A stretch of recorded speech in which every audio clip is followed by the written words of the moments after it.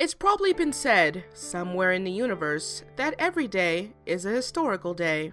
On January 5th, 1781, a British naval expedition led by Benedict Arnold burned Richmond, Virginia. Same day, but in 1957, Dodgers' Jackie Robinson announces his retirement of his baseball career rather than be traded to the New York Giants. Even as soon as this year, in 2018, North Korea accepts South Korea's invitation for high-level talks after many decades of stagnation. But with us here in the anime community, this is a day that is just as historic, for as of today, that Amazon strike has died. And I couldn't be more happy about it!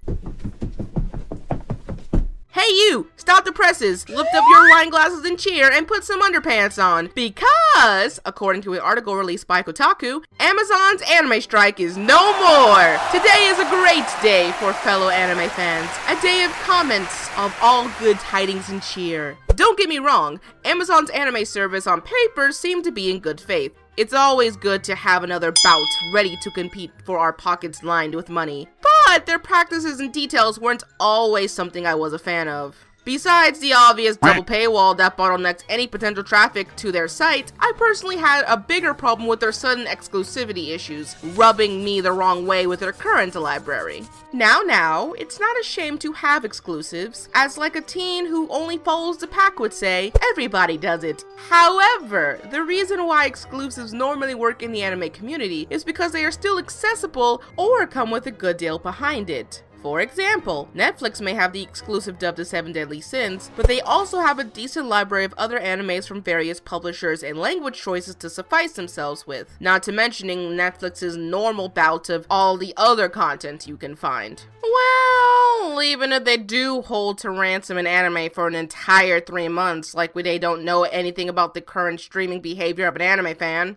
Or Viz, who has most of the shonen genre pinned down in the West. But besides their accessibility to manga, they also spread out their reach across all the other streaming platforms. What I'm basically getting at is that Amazon's handling of their exclusives just don't make sense in the realm of the anime world in the West. First off, a lot of the other animes they share with other services are mostly Sentai properties, which no offense to Sentai, but they are to the anime industry as a bottle of off-brand cola is at a dollar store. It gets the job done, but it can be found anywhere and for cheap. Plus, their exclusives were never paced right in my opinion. One minute they would have 12 exclusives at one time, and the next season they would have 6. Well shoot, that's not consistent at all. Why would I trust a platform with a fluctuating exclusivity issue as that? And as a consumer, I'd rather just stick to what I know, which is why I think that the Funimation Crunchyroll relationship works so well. They drew their vows, know their boundaries, and work well off each other. I feel like Amazon's anime strike didn't really be creative with their platform, and that's just sad.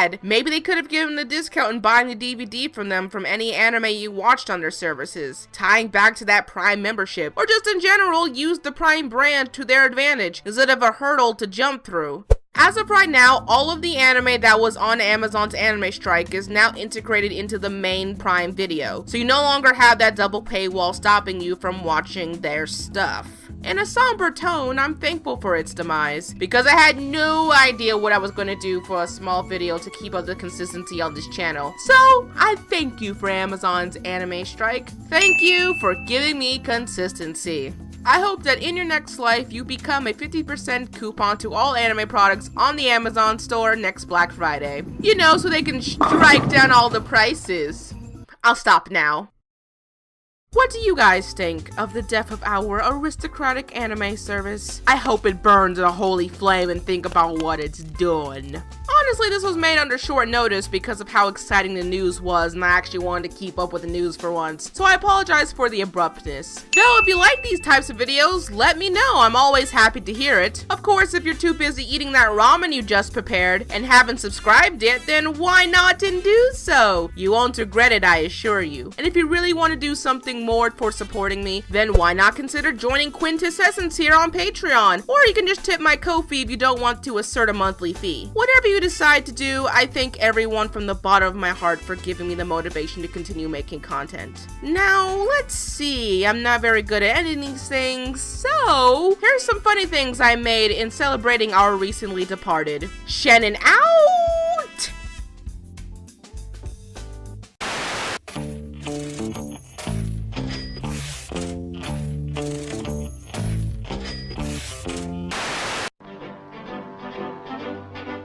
Somebody touch my spaghetti! Hey, Guido, it's all so clear to me now. I'm the keeper of the cheese.